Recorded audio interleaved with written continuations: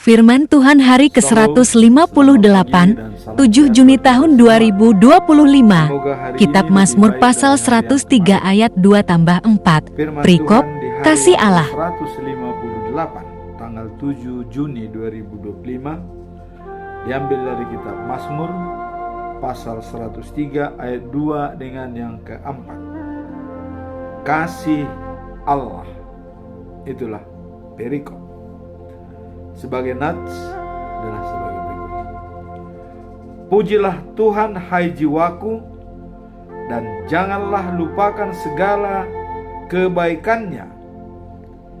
Dia yang menebus hidupmu dari lubang kubur, yang memahkotai engkau dengan kasih setia dan rahmat. Dalam bahasa Indonesia sehari-hari dikatakan demikian. Pujilah Tuhan hai jiwaku, jangan lupakan segala kebaikannya. Dia yang membebaskan nyawaku dari kuburan, yang melimpahi engkau dengan kasih dan belas kasihan. Dalam bahasa Batak Toba, Didok Songonon. Puji ma Jehovah aletondikku, jala nasa ngulukku. Puji ma guarna nabadia, ibana do paluahon ahu sian hamatean. Jala di pasu-pasu ahu marhite holong dohot asiniroha. Itulah firman Tuhan pada hari ini. Sebagai pedoman kita selama bulan Juni, tetap saya sampaikan diambil dari 2 Korintus pasal 5 ayat 17 dengan intinya adalah kehidupan baru dalam Roh Kudus di bawah kekuasaan Tuhan, dan kemenangan atas Yesus. Adanya transformasi spiritual, yaitu dari hidup lama menjadi hidup baru di dalam Yesus Kristus. Dan akibat daripada transformasi spiritual tersebut, dari hidup lama menjadi baru, maka diwajibkan untuk menjadi saluran berkat kepada semua orang dan juga alam semesta, karena kita atas belas kasihan Tuhan kepada kita. Itulah pedoman kita bulan Juni. Sekarang kita masuk dalam perikop hari ini, dalam Mazmur 103 ayat 2 dengan 4. Apa latar belakang daripada perikop ini? Kalau kita melihat di sini ada tadi 2 bagian. Pujilah Tuhan hai jiwaku, jangan lupakan kebaikannya. Kemudian dialah yang menebus kita dari kematian, membebaskan kita dari kematian. Apa latar belakang daripada perikop ini? Mari kita lihat. Ayat ini menggambarkan rasa syukur yang mendalam, ya, kepada Tuhan Allah atas kebaikannya. Jadi ada rasa syukur yang mendalam atas kebaikan Allah. Dan dalam ayat ini pemazmur mengingatkan manfaat-manfaat Tuhan, termasuk pengampunan dosa dan penyembuhan segala penyakit. Jadi manfaat-manfaat yang Tuhan berikan kepada kita pengampunan dosa, dan penyembuhan segala penyakit. Itulah maka dikatakan, pujilah Tuhan, hai jiwaku, jangan lupakan segala kebaikannya. Nah, dalam ayat 2 dikatakan, pujilah Tuhan hai jiwaku, dan janganlah lupakan segala kebaikannya. Mengajak kita, setiap orang percaya, berkat dan pengampunan yang telah didapatkan dari Tuhan. Jadi setiap orang percaya bahwa yakin benar bahwa berkat dan pengampunan adalah datangnya dari Tuhan. Kemudian di ayat yang keempat disampaikan menyoroti bahwa Tuhan menebus hidup kita dari kebinasaan dan memahkotai kita dengan kasih setia dan rahmat-Nya. Kedua ayat ini menggambarkan kita untuk bersyukur dan mengandalkan Tuhan dalam hidup kita. Jadi bersyukur dan mengandalkan Tuhan. Seperti dalam Mazmur pasal 119 ayat 105 dikatakan, Tuhan pelita bagi kakiku dan terang bagi jalanku. Itulah kita mengandalkan Tuhan dan menebus kita dari kejahatan. Karena tanpa kedatangan Tuhan ke bumi ini, kita tidak tahu bagaimana nasib kita. Tetapi dengan kedatangan Yesus ke dunia, Dia sebagai role model, mati disalibkan dan bangkit, dan jaminan bagi kita bahwa kita pun seperti itu. Tidak dikuasai oleh kematian, tetapi kita tetap dibangkitkan karena iman percaya dan mengikuti Tuhan. Kalau kita lihat dalam Yohanes pasal 3 ayat 16 dikatakan, begitu besar kasih Allah akan dunia ini, sehingga Ia mengirimkan anaknya yang tunggal, supaya barang siapa percaya kepadanya tidak binasa, melainkan beroleh hidup yang kekal.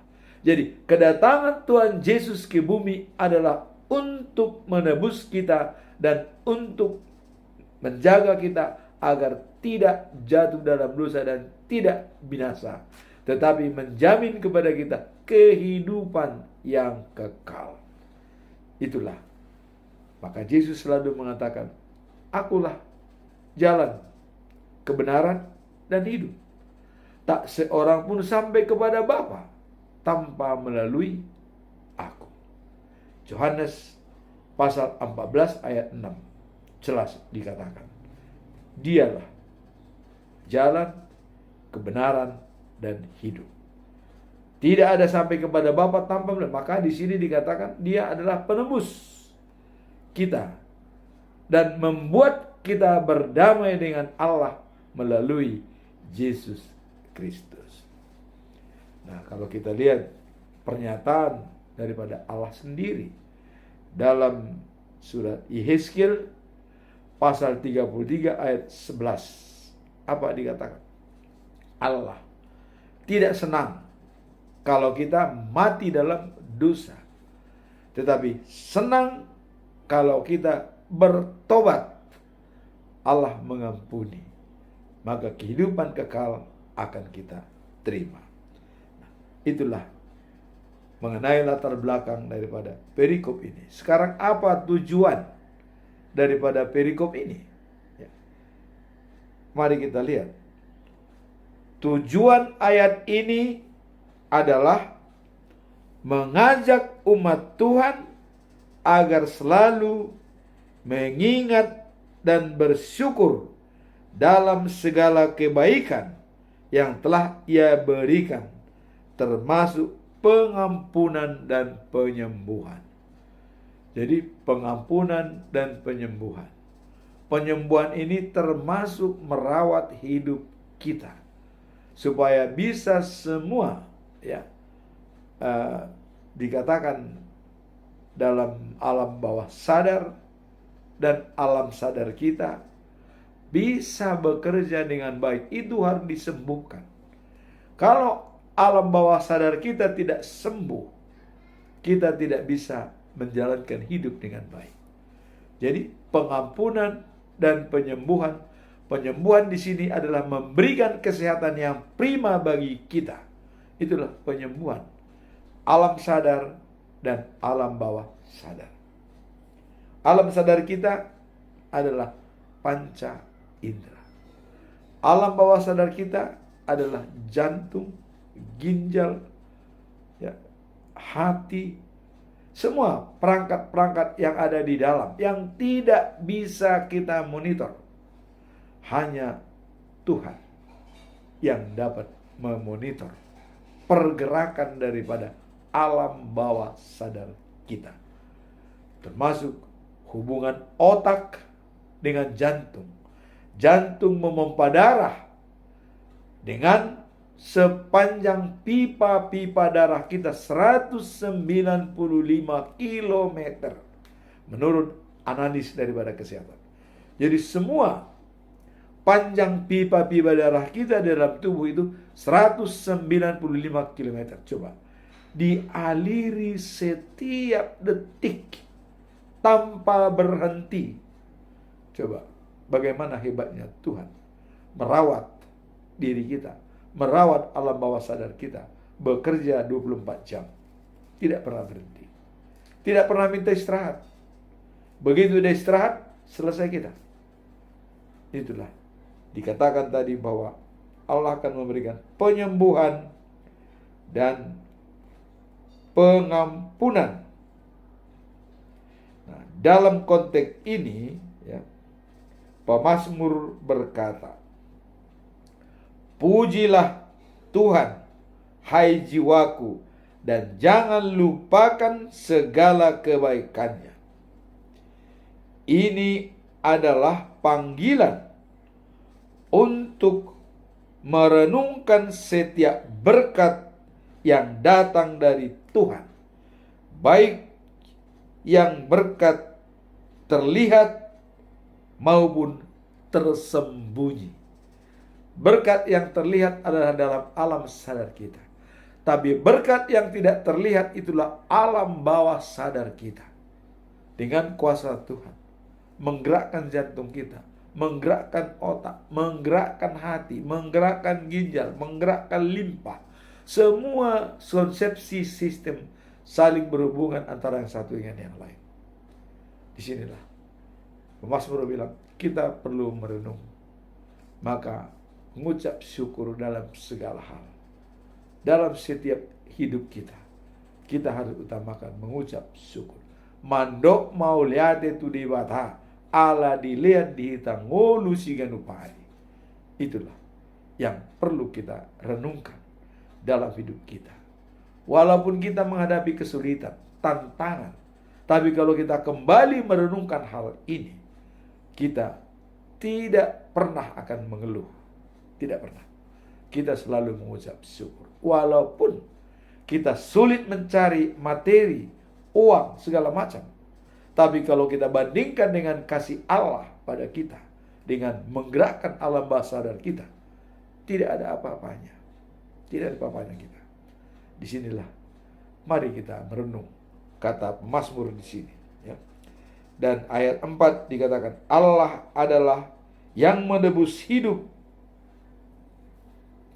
dan dari kebinasaan. Jadi menebus hidup dari kebinasaan. Karena kita awalnya sudah jatuh dalam dosa. Dan itu harus diperbaiki. Maka kita berdamai dengan Allah melalui Yesus Kristus. Nah, dan memahkotai engkau dengan kasih setia dan rahmat. memberikan mahkota kepada kita, kasih Allah. Karena karakter Allah adalah kasih. Dan juga rahmat, kebijaksanaan adanya di dalam diri kita, berpikir yang bijak dalam menghadapi setiap kesulitan kita. Itulah tujuan daripada pemazmur di sini, untuk merenungkan kembali atas berkat-berkat yang diberikan oleh Tuhan Allah, baik yang terlihat maupun yang tersembunyi. Yang tersembunyi itu yang jelas adalah alam bawah sadar kita. Setiap hari kita menghirup oksigen dan denyut jantung ada 60-80 per menit. Kita hirup udara, kita buang, kita hirup. Semua gratis, tanpa bayar. Itulah kata Tuhan, ada yang tersembunyi yang tidak bisa kita gerakkan, tapi Allah yang menggerakkannya.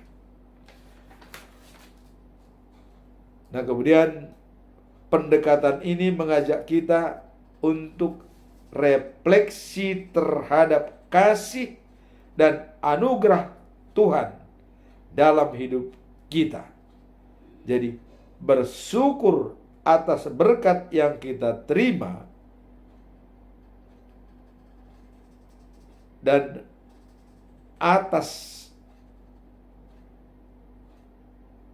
memperkuat iman. Jadi apabila kita hidup kita bersyukur atas berkat yang kita terima, itu akan memperkuat iman. Jadi memperteguh iman kita dan membangkitkan semangat dalam menghadapi tantangan hidup. Kalau kita putus semangat, kita susah untuk menjalankan hidup kita. Tapi kalau kita tetap punya semangat, apapun terjadi, semua bisa terselesaikan dengan baik. The motivation is spirit, the powerful pada kita. Jadi motivasi itu harus menjadi sumber kekuatan pada kita untuk menjalani hidup secara penuh kekuatan, untuk menjadikan motivasi sebagai dasar menjalani hidup. Sekarang apa pesan moral daripada perikop ini? Ya. Nah, mari kita lihat di sini. Pesan moralnya adalah pentingnya memiliki sikap syukur dan mengingat segala kebaikan yang telah dilakukan oleh Tuhan dalam hidup kita. Saya berumur 70 tahun. Apa saja yang terbaik diberikan oleh Tuhan. Sangat-sangat banyak dan tidak bisa diutarakan secara satu persatu. Begitu banyaknya berkat yang kita terima. Coba saya sendiri datang merantau, tamat SMP dan bisa meluluskan S1 di perantauan. Itu adalah merupakan berkat yang luar biasa dari Tuhan. Kemudian masih bisa pergi ke luar negeri untuk memperdalam ilmu dengan Stephen Covey. Ya, itu adalah merupakan berkat yang luar biasa. Dan kalau kita memang melihat apa saja yang kita terima dalam hidup kita, maka pantaslah kita merenung. Dan pesan moralnya adalah pentingnya memiliki sikap syukur dan mengingat segala kebaikan yang telah dilakukan oleh Tuhan dalam hidup kita. Pesan moral ini harus kita renungkan baik-baik. Apa saja yang diberikan kepada kita, kita renungkan dengan baik. Nah, dan mengajak kita untuk tidak melupakan berkat-berkat seperti pengampunan, ya, penyembuhan, dan kasih setia yang telah diberikan.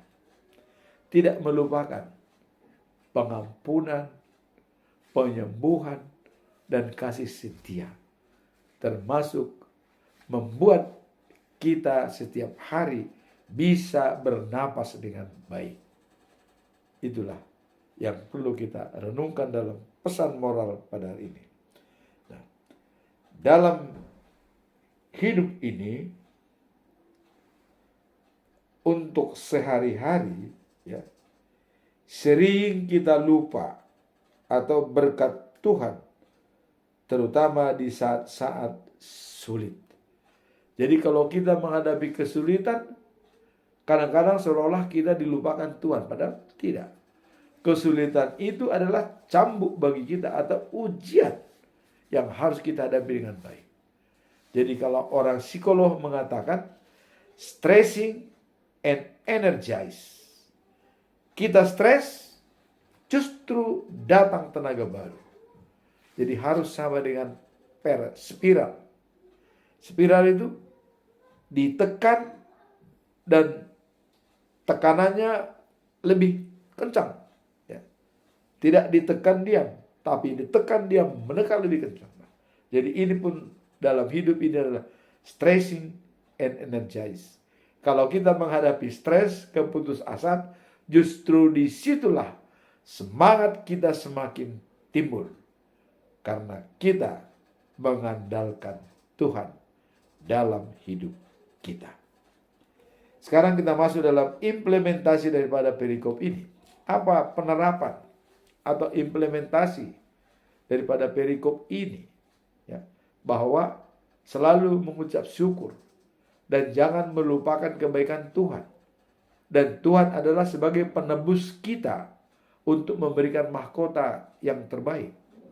Apa implementasi atau penerapan daripada ayat ini? Nah, kita lihat bahwa ayat ini sangat relevan dalam kehidupan sehari-hari setiap orang percaya. Jadi kalau kita sudah percaya kepada Yesus, datang kepada Yesus, ayat ini sangat relevan dalam kehidupan sehari untuk mengucap syukur dalam segala hal. Nah, seperti ayat 2, selalu bersyukur atas kebaikan Tuhan. Ayat 4, Tuhan menebus kita dari kebinasaan. Kalau ayat 3 dikatakan mengampuni segala kesalahanmu dan yang menyembuhkan segala penyakitmu. Jadi pengampunan dan kesembuhan. Dan kita ditebus dengan sangat mahal. Dengan mengorbankan dirinya. Mati di kayu salib. Tapi bangkit di hari yang ketiga. Implementasinya adalah selalu mengucap syukur. Nah, kalau kita lihat dalam 1 Tesalonika pasal 5 ayat 18 dikatakan mengucap syukur dalam segala hal, ya, lebih penting daripada korban bakaran, dan itu sangat dihormati oleh Allah. Dalam Mazmur 50 juga ayat 23 dikatakan, ya, mengucap syukur sebagai korban bakaran Allah sangat menghormatinya. Dan orang jalannya jujur, keselamatan akan diberikan oleh Tuhan. Jadi itulah implementasi daripada perikop ini. Ya. Jadi yang terbaik yang dikehendaki oleh Tuhan apabila kita dalam hidup ini mengucap syukur. Jangan mengeluh. Jangan berkeluh kesah yang konotasi negatif. Jangan putus asa. Semangat baru yang melampaui segala akal dan pikiran kita. Dan damai sejahtera Allah berada di tengah-tengah kita. Semoga dengan firman hari ini mengucap syukur dan jangan melupakan kebaikan Tuhan Allah sebagai menebus kita dari kebinasaan harus menjadi kewajiban bagi kehidupan kita sehari-hari. Semoga firman hari ini menjadi berkat yang kokoh pada diri kita untuk merenungkan alam bawah sadar kita bekerja 24 jam tanpa henti dikendalikan oleh Tuhan. Amin. Tuhan memberkati kita.